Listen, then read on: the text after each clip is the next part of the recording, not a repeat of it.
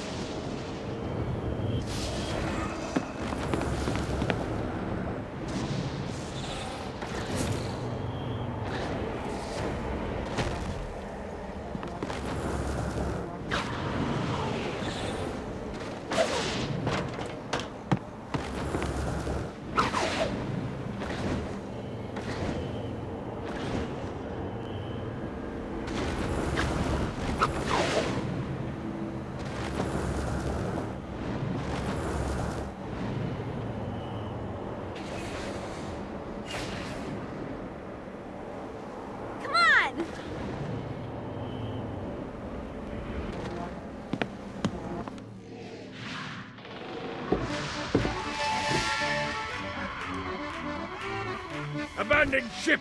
We've been boarded!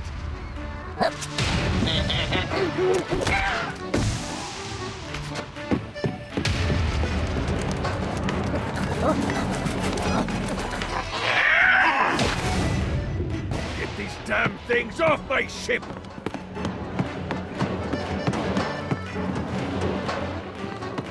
Off of me!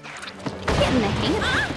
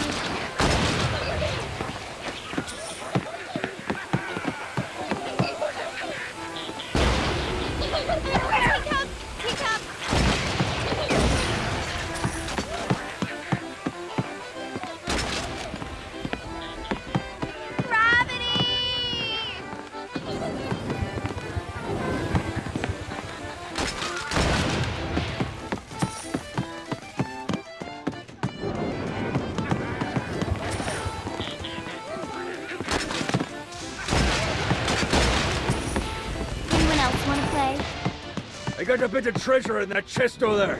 The weapon you find inside may help with our little imp problem. That is a freakishly large hammer.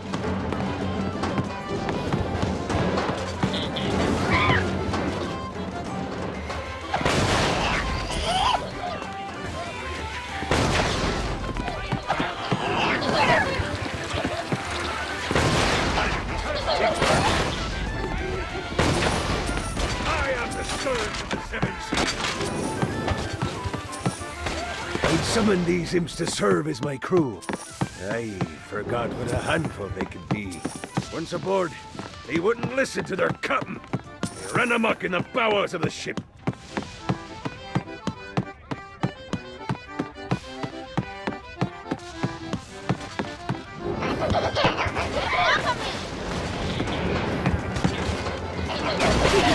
I'm really good at killing people.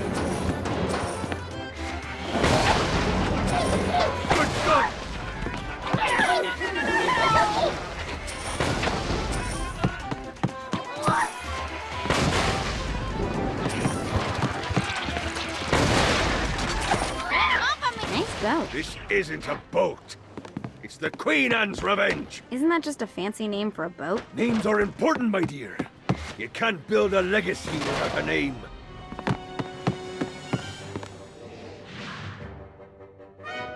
Zinyak's destruction of Earth had a profound impact on the afterlife. To heaven, it was a logistical nightmare. St. Peter's meticulous nature drove purgatory wait times to unbearable levels. Meanwhile, in hell, where souls in pain were used as currency, It created a new era of prosperity for the wickedly enterprising. This economic boon resulted in the coffers of hell to be overflowing, which in turn piqued the interest of the most notorious man that sailed the seven seas. Long had Blackbeard been a thorn in Satan's side, robbing tax collectors on a semi-regular basis. But the promise of an immeasurable fortune drove him to be even bolder. An arrangement was reached. Blackbeard would provide information on strategic targets in exchange for a share of the profit. Johnny, who was interested in murder, not money, happily agreed.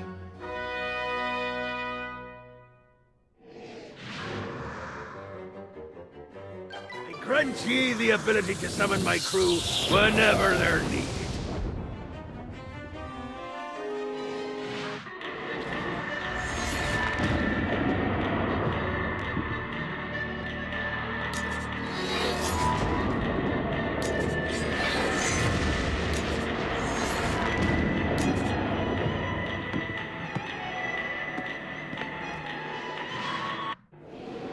All right, matey. It's time for your lesson. Let's summon me favorite scurvy-riddled hellion, the Imp. Why don't you start off by summoning an Imp to take out those enemies? There you go, matey. Now take down the other demon. Those ankle biters are vicious. Now let's practice your aim. Take down the demons on the islands.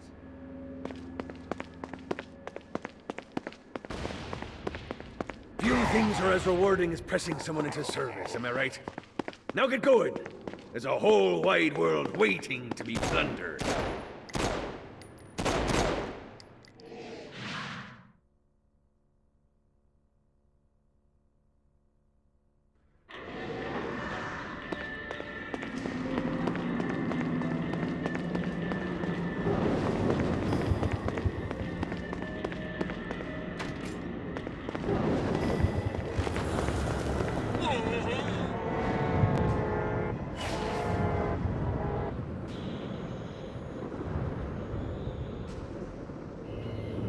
Got it. I raided a Interpol office and found information on where the president is being kept. Evidently, they've been trapped in some sort of soul crystal inside Satan's palace. Breaking in is an impossibility. Your best bet to save them is to continue to try to draw Satan out of his palace. That.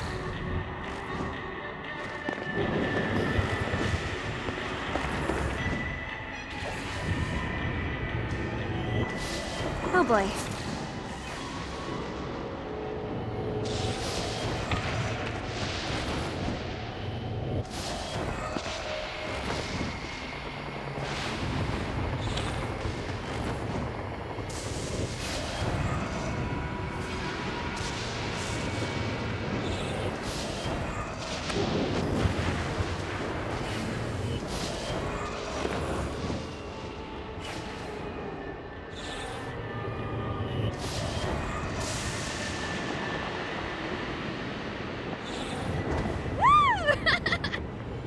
Just what I needed.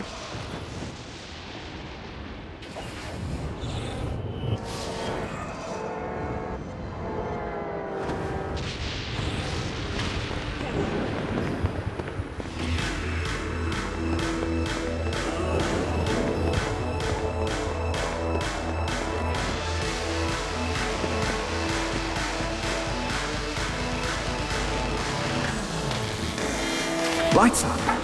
William Shakespeare, humanity's greatest playwright, and hell's most diabolical purveyor of entertainment, looks on as a brave mortal on an Orphean quest enters.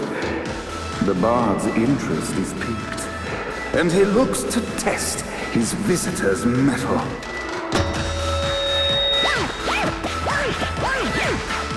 The masked tragedies were used to enemies cowering as they approached.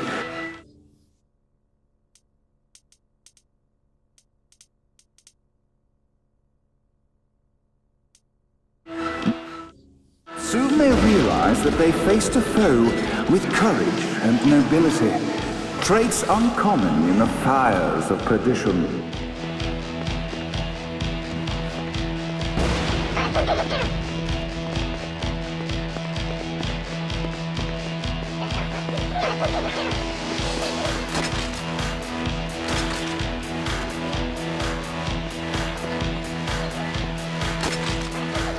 The inciting incident resolved. The time had come for rising action.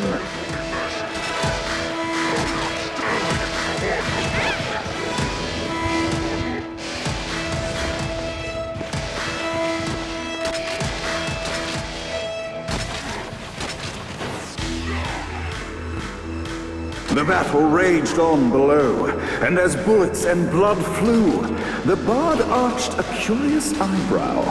Could this mortal be the exact thing that Shakespeare needed? This battle is far from over, mortal. Arise! And now, Act 3!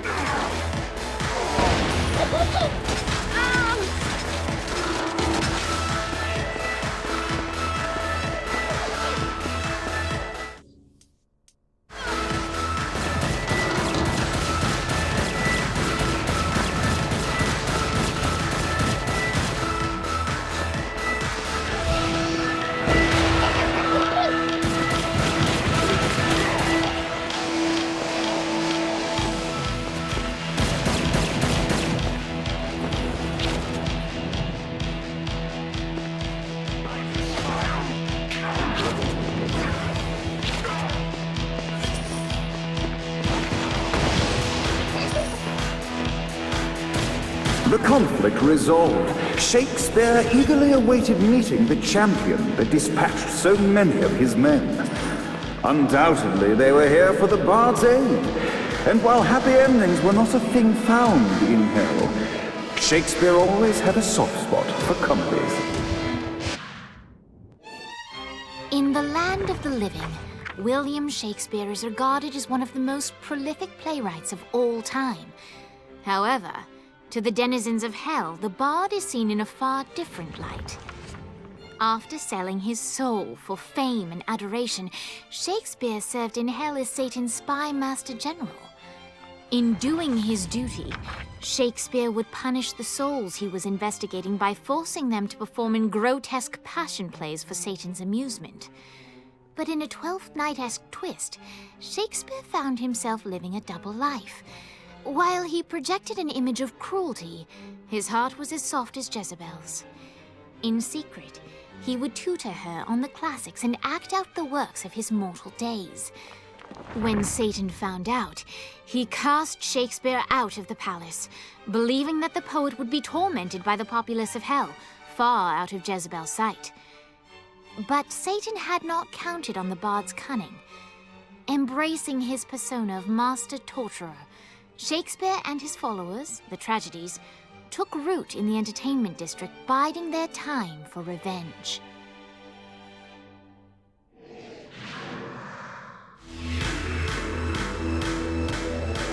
And so Shakespeare called forth the Deus Ex Machina to bestow our protagonist with the arcane power of Force Stomp.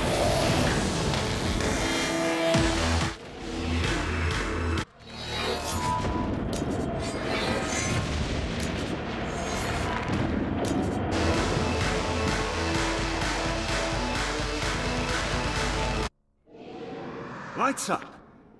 The mortal stands in the training grounds, eager to try out his new Force Stomp power on the group of demons in front of them. No pity for the mortal. Act 1, Scene 2, in which our protagonist kills more. Act 2, in which our protagonist is greeted by foul imps.